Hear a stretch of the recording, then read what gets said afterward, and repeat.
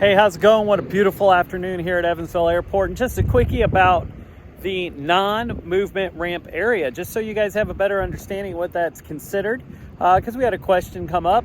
So basically the non-moving ramp area, you do not need ground or tower, any permission to move around it. You can taxi, start up, fire, and move anywhere you want on the ramp. That comes into very important, like we had some radio glitches back on the back ramp because there's some interference in between there, some buildings, hangars. So sometimes you got to move and taxi, and some people are like, well, I need to be able to call to taxi up. I'm like, no. We have the non-movement area. So in front of me over here, I'm gonna get, there's our hangars, but behind me over here, there we go, back there's the island out to the taxiway. And as you move out that way, and I got a plane coming in here, you're gonna see there's a solid line followed by a dash line right out there. Okay, right out there.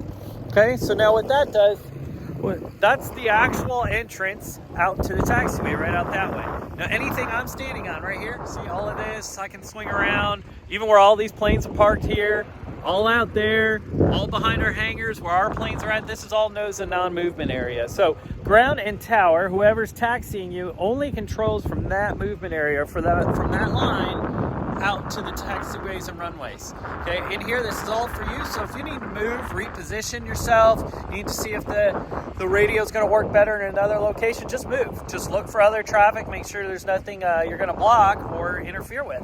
And it is very easy. A lot of times I'll just come up here and I'll taxi up, and I'll just taxi up right to that line prior to calling for taxi, especially if it's a busy ramp, because I don't know how long it's going to take to get up and out of the ramp area. So I'll just come up, hold short of that area, then call for permission to enter the actual controlled area on the taxiways and ramp. All right, hopefully that adds a little info and insight into what we got here on the non-movement area at the ramp here at EVV.